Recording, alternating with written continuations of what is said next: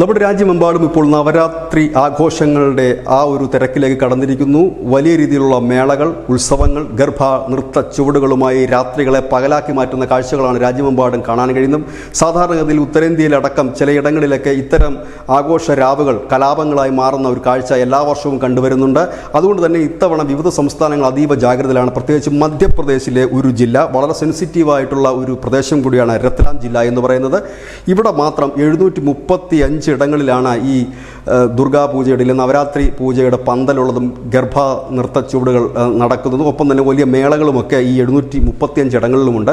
ഇവിടെ എല്ലാ കാലങ്ങളിലും സംഘർഷവും വലിയ രീതിയിലുള്ള കലാപങ്ങളും ഉണ്ടാകാറുണ്ട്. അതിന് ഇതര മതസ്ഥരായിട്ടുള്ളവർ ഈ പരിപാടികളിൽ പങ്കെടുക്കുകയും ഇത് അലങ്കോലപ്പെടുത്താൻ ശ്രമിക്കുകയും ഒക്കെ ചെയ്യുന്നതിൻ്റെ ഭാഗമായിട്ടാണ് ഈ സംഘർഷം എന്നാണ് പലപ്പോഴും പുറത്തു വരാറുള്ള വാർത്ത. ഏതായാലും ഇത്തവണത്തെ നവരാത്രി ദിനാഘോഷ ദിനങ്ങളിൽ ആ 9 ദിനങ്ങളിലും മുസ്ലിം സ്ത്രീകളും പുരുഷന്മാരും യുവാക്കളും യുവതികളും ഒന്നും വീടിന് പുറത്തിറങ്ങരുതെന്ന് നഗര കാസി അഹമ്മദ് അലിയുടെ ഒരു ഉത്തരവ് പുറത്തിറങ്ങിയിരിക്കുന്നു.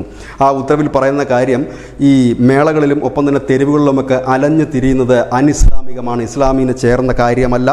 ഒപ്പം തന്നെ നൃത്തം കാണാൻ ഇസ്ലാം അനുവദിക്കുന്നുമില്ല. അതുകൊണ്ട് തന്നെ മതപരമായ കാര്യങ്ങൾ പാലിച്ച് വീട്ടിലിരുന്ന് നിസ്കരിക്കുക, പ്രാർത്ഥിക്കുക, അതുമാത്രമാണ് ചെയ്യേണ്ടത്. അതുമാത്രവുമല്ല, ഇപ്പോഴത്തെ അന്തരീക്ഷം നമുക്ക് പുറത്ത് ഇറങ്ങി ഇത്തരം മേളകളിലൊക്കെ പങ്കെടുക്കാൻ അനുയോജ്യമല്ല. ഇപ്പോൾ തന്നെ വിവിധ തരത്തിലുള്ള നേതാക്കന്മാരുടെ പ്രസ്താവനകൾ എത്തിക്കഴിഞ്ഞിരിക്കുന്നു.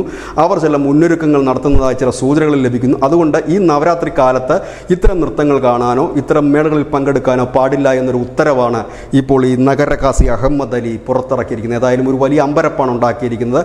വലിയ സുരക്ഷാ സംവിധാനങ്ങൾ തന്നെയാണ് മധ്യപ്രദേശിലെ ഈ പറയുന്ന രത്ലാം ജില്ല. എങ്കിൽ തന്നെയും പുതിയ ഈ ഉത്തരവ് കൂടുതൽ കാര്യങ്ങൾ വഷളാക്കുമോ അതോ സമാധാന അന്തരീക്ഷം സൃഷ്ടിക്കുമോ എന്നൊക്കെ ഉള്ളത് വരും ദിവസങ്ങൾ അറിയാൻ. ന്യൂസ് ഡെസ്ക് ന്യൂസിൻ്റെ മലയാളം.